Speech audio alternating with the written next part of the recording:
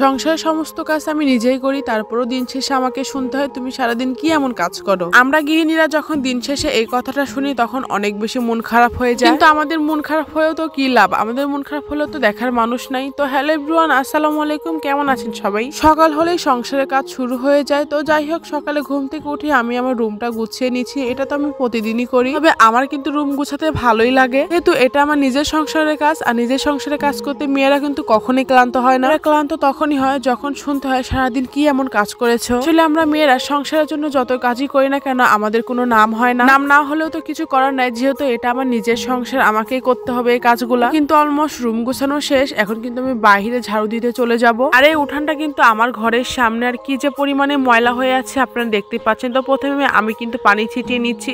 আর এই উঠানটা ঝাড়ু দিতে আমার কিন্তু অনেক বেশি বিরক্ত লাগে, তারপরে বাধ্য হয়ে ঝাড়ু দিতে হয়, কেননা রুমের সামনে এত ময়লা হয়ে থাকলে কার ভালো লাগে বলেন। তো এদিকে আমি সুন্দর করে ঝাড়ু দিয়ে নিচ্ছি। আর প্রথমে আমি একটু পানি ছিটিয়ে নিয়েছিলাম, পানি ছিটিয়ে নিলে কি হয়, ধুলাটা উড়ে না। যেহেতু আমি গ্রামের মেয়ে, এগুলোকে কিন্তু খুঁটিনাটি সব ধরনের কাজে আমি পারি এবং খুব ভালো করেই পারি। আমি যেহেতু ছোটবেলা থেকে গ্রামেই বড় হয়েছি, আর এগুলো কাজ তো আমার কাছে কোনো ব্যাপারই না। কিন্তু ঝাড়ু দেওয়া শেষ, এখন ময়লাগুলো উঠিয়ে নিব। এখন কি পরিমাণে সুন্দর লাগছে দেখতেই পাচ্ছেন। আসলে কুড়ের ঘর যদি পরিষ্কার রাখা যায় তাহলে কিন্তু অনেক বেশি সুন্দর লাগে। আর যেহেতু আমি বাসায় একা থাকি, আমার ছেলেকে নিয়ে আমার অনেক বেশি কষ্ট হয়ে যায়, মানে একা হাতে রান্না বান্না সবগুলো কাজ করতে। যদিও আমার বর অনেক বেশি আমাকে সাহায্য করে। আমার কিন্তু ঝাড়ু দেওয়া শেষ, তারপরে রুমে চলে গিয়েছিলাম। রুমে যেয়ে দেখি অনেক বেশি কাপড় জমে আছে, সব কাপড়গুলো আমি ভিজিয়ে দিলাম। আর এগুলা কিন্তু আমার একদম সকালের কাজ, আরো তো সারাদিনের কাজ বাকি আছে। আসলে তো আপনাদের সাথে সবকিছু শেয়ার করা হয় না, কিছুটা শেয়ার করি আর কিছুটা শেয়ার করি না। তাই অনেক আপুরা বলে আপনি কি সারাদিন ফোন নিয়ে পড়ে থাকেন।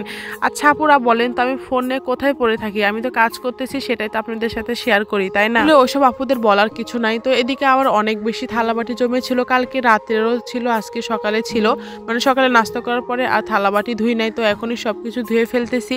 আসলে প্রতিদিন রাত্রে তো ভালো লাগে না, কারণ প্রতিদিন রাতে কিন্তু আমি থালাবাটি ধুয়ে রেখে দিই।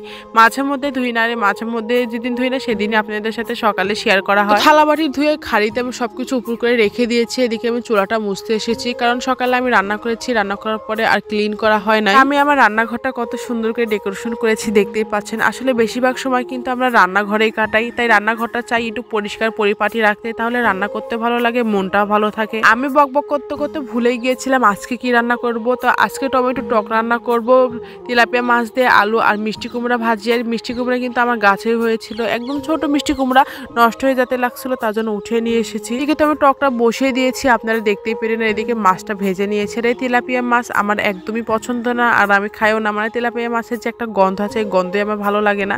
আর সাথে কিছু বড়ি ভেজে নিলাম, আর তার সাথে আমি ভেজে নিচ্ছি জিরা। কিন্তু জিরা খেতে অনেক বেশি পছন্দ করি, কিন্তু আমার বর জিরা খেতে একদমই পছন্দ করে না, তার নাকি গন্ধই ভালো লাগে না। কিন্তু আমার মনে হয় সব তরকারিতে জিরা দিলে স্বাদ আরো দ্বিগুণ বেড়ে যায়। এদিকে কিন্তু আমার জিরাটা নামিয়ে রেখে দিয়েছি, এদিকে তরকারিটা রান্না করে নিব। আজকে আমি খুব সিম্পল ভাবে তরকারি রান্না করব, কোনো মশলা দেবো না, মানে একদম খুবই সিম্পল, খুব হেলদি ওয়েতে আজকে তরকারিটা রান্না করতেছি। তেলটা খুব কম দিয়েছিলাম। যারা আমার রেগুলার ভিডিও দেখে তারাই হয়তো বুঝতে পারবে, আগের তুলনায় এখন কিন্তু তেলটা আমি অনেক কম খাই। তো এদিকে আমি জিরাগুলো গুঁড়া করে নিচ্ছি, আর এইভাবে গুঁড়া করলে কিন্তু তরকারিতে দিলে অনেক বেশি গন্ধ হয় আর অনেক বেশি মজাও লাগে। ওইদিকে কিন্তু আমার জিরা গুঁড়া শেষ, এদিকে আমি টকটা বাগার দিয়ে নিব, মানে তেলে দিয়ে নিব। এখানে শুধুমাত্র রসুন দিয়ে আমি তেলে দিয়েছিলাম। সচরাচর আমি কিন্তু এভাবে রান্না করি না টক, মানে আমাদের উত্তরবঙ্গে এভাবে টক কেউই রান্না করে না, তার জন্য আমিও পারি না। এই টকটা রান্না করা শিখেছি আমি কিন্তু আমার শ্বশুরবাড়ির এলাকাতে এসে। আমার টক কিন্তু ওইদিকে হয়ে গেছে, তো এদিকে তরকারিটা বাগার দিয়ে নিচ্ছি। এখন মাছটা দিয়ে দিব, সাথে বড়িও দিয়ে দিব, যেহেতু বড়ি কিন্তু তরকারি হওয়ার 1-2 মিনিট আগে দিতে হয়, কিন্তু এই বড়িটা সিদ্ধ হতে অনেক বেশি দেরি হয়। তো টকটা নামিয়ে ফেললাম, এখন আমি ভাজিটা করে নিব। যদিও এই মিষ্টি কুমড়া ভাজি আমার খুব আহামরি ভালো লাগে না, মোটামুটি ভালো লাগে। তো এখানে পরিমাণ মতো মরিচ আর পেঁয়াজ দিয়ে দিয়েছি। আমার শ্বশুরবাড়ি এলাকাতে কিন্তু এই মিষ্টি কুমড়া ভাজি রসুন দিয়ে করে, রসুন দিয়ে করলেও কিন্তু অনেক বেশি মজা লাগে। ভাজি করতে করতে এদিকে আমার কিন্তু তরকারিটা হয়ে গেছে, তো জিরার গুঁড়া দিয়ে আমি এখন নামিয়ে নিব। একটা কথা কি জানেন ভাই বোনেরা, মানে এই ভিডিও করে রান্না করতে গেলে কিন্তু অনেক বেশি সময় লাগে। 1 ঘন্টা রান্না 3 ঘন্টা লাগে রান্না করতে, বিশ্বাস করেন যারা ভিডিও করে তারাই একমাত্র বলতে পারবে। যাই হোক, আমার ভিডিওটা কিন্তু শেষের পর্যায়ে। আর আমার ভিডিওটা কেমন লাগলো, যদি ভালো লাগে অবশ্যই লাইক শেয়ার কমেন্ট করবেন। আল্লাহ হাফেজ।